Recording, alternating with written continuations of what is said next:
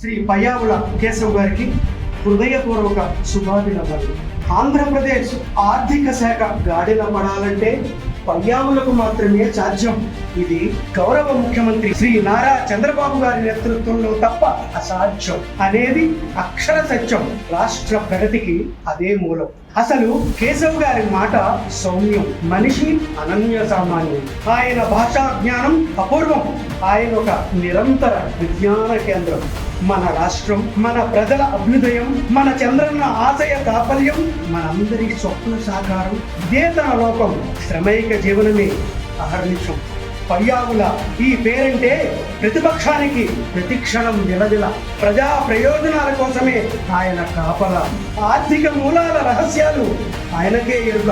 అసాధ్యమై కొనుక్కుబడని లెక్కల అంతు తేల్చే ధమాక.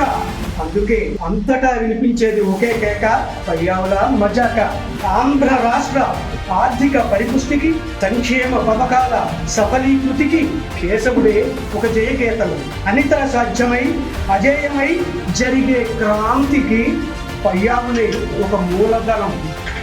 రాయలసీమ ముద్దుబిడ్డగా ఉరవకొండకు కొండంత అండ.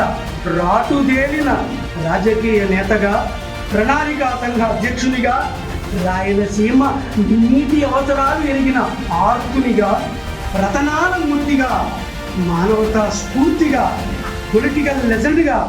పయ్యావులంటే మాకొక పులి. పైరు పచ్చగా రాష్ట్రాన్ని స్వర్ణాందగా చెక్కే కూలి. పయ్యావుల వారు మీరే మాకు ప్రేరణ. మీరొక సమరం, మీరొక శిఖరం.